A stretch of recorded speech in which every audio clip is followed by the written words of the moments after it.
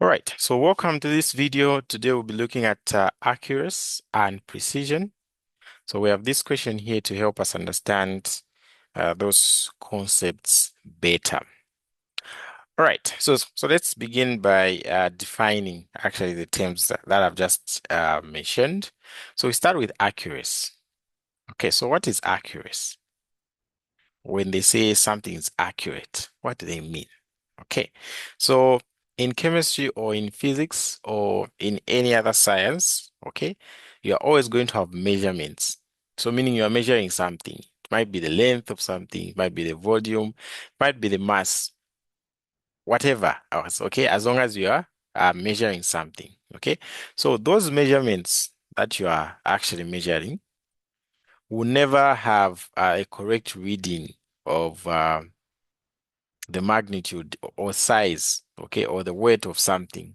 There will always be some degree of error in that measurement that you make, okay? So now, when it comes to accuracy, it's how close a measurement that you make will be to the true value of that thing that you are actually measuring, okay? So for example, if I have this block here, okay, and this block has a weight of 5 kg, for example, and then I take this block, I put it on a scale, okay, the scale is not going to read exactly 5 kg, no, okay, it will read maybe 4.99 kg, okay, so you see that the readings that you are going to be getting are actually either going to be very close to the true value of the 5 kg, or they can actually be very far away. So for example, 3.2 kg. Okay, a thing is 5 kg, but when you put it on the balance, it's showing 3.2 kg. Okay, so that is because of some error that we experience. So now accuracy will just be how close the measured values will be to the true value. That's what we call accuracy. Okay, so the accuracy depends on the true value. Okay, you cannot know the accuracy of something if you don't know the true value. So the accuracy actually depends on the true value. So you have to know the true value for you to know if it was actually accurate or it wasn't accurate at all. Okay, and then the other concept we'll talk about is what we call precision. Precision. Okay, so precision will just be how close repeated measurements are to one another and not necessarily to the true value. Okay, so for example, if my true value again it's 5 kg, and then I put this thing on the beam balance, it's showing 3.2 kg, 3.3 kg, and then 3 point maybe 29 kg. Okay, so you see that these measurements that I've gotten, they're actually not close to the true value. Okay, they're not close to the true value, but they are close to themselves. You can see. Okay, so precision will be how close repeated measurements are to themselves. Okay, that's what we call as precision. Okay, then when it comes to accuracy, accuracy is usually affected by uh, systematic errors. Okay, it's usually affected by uh, systematic errors. So these errors, they actually happen in one direction. Okay, they happen in one direction. So by that, we mean that um, you can have some values, okay, that are that are greater than the true value, and some values that are actually um, that are actually smaller than the true value.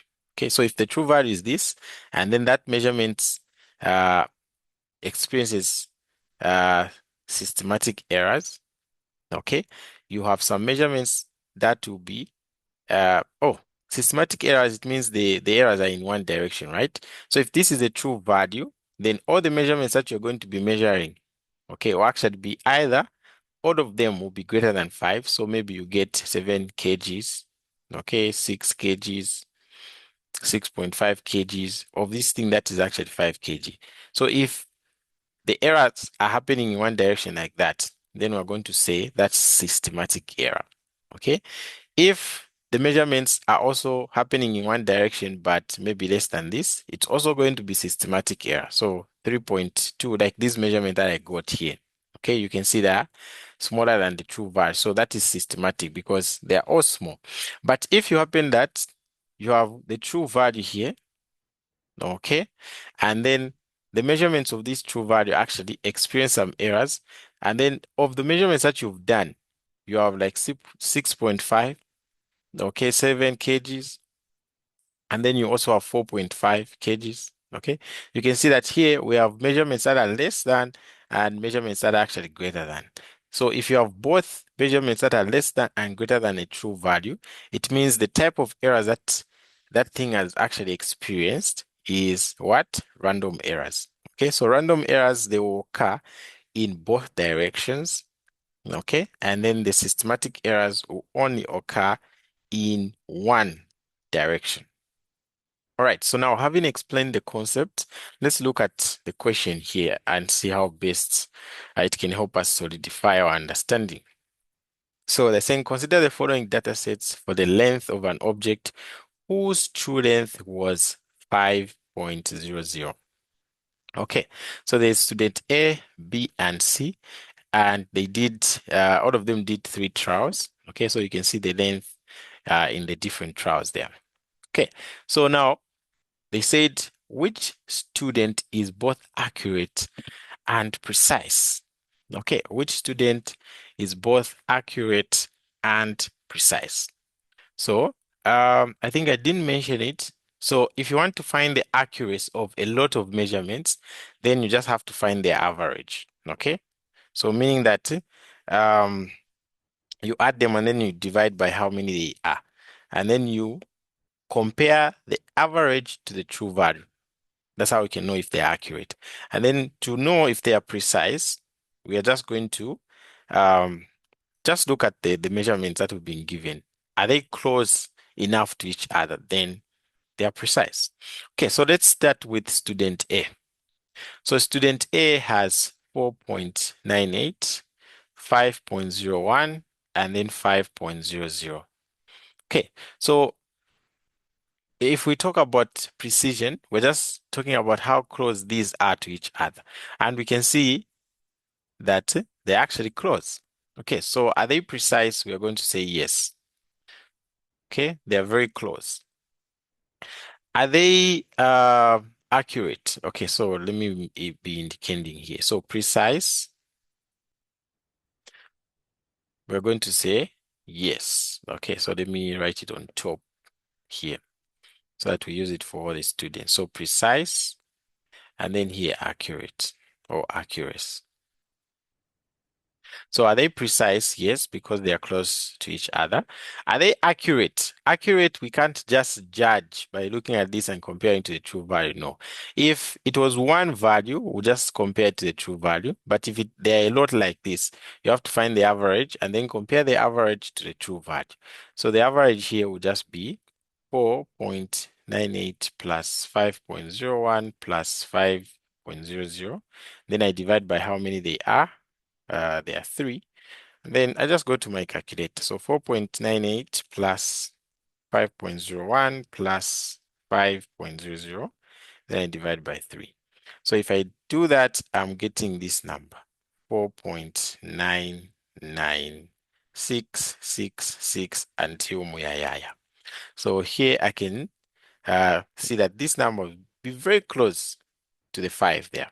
Okay, so meaning yes, accurate. Okay, what about student B? So student B, there's 4.50, 4.51, and then 4.49. So are these measurements close to each other? The answer is yes. You can see they are all they're almost 4.5, all of them. Okay, so they are precise. Are they accurate? We can only know by finding the average. So the average, I'll add all of them and then divide by how many they are. So there are 3.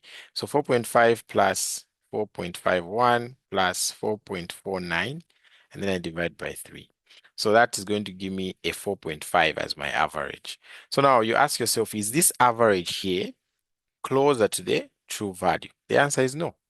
Okay, because this is 5, this is 4.5. So this one is not accurate. No. Okay, what about student C? So student C, there's 4.20, and then 5.8, and then 5.00. So are these precise? The answer is no. We can clearly see. This is 4 point something, 5.8, and then 5. So they are not close to each other. So they are not precise. Are they accurate? Definitely, they are not accurate. But let's prove it by finding the average of this and comparing it to the true value. So 4.2 plus 5.8 plus 5, then I divide by 3. That is going to give me what? Uh, that's going to give me what? Actually, they are they're accurate anyway. So 4.2 plus 5.8, okay, and then plus 5, it's going to give me 15, and then I divide by 3, it's going to give me 5. So they're actually accurate. Okay, I judged fast because the average is 5, which is the same exact number there. So I'm going to say yes here. Okay, they're actually accurate. Okay, so let's do now. Okay, so we're going to say we now answer the question that they said there on A. So they said which student is both accurate and precise. So we just follow for that student who had yes, yes on both. So here student A is both accurate and precise. Which student is precise but not accurate? We can see student B here. There's yes here and then there's no. So student B. And then which student is neither accurate nor precise? Okay, which student is neither accurate nor precise? So is there any student there who is neither accurate nor precise? No. So we're going to say none here.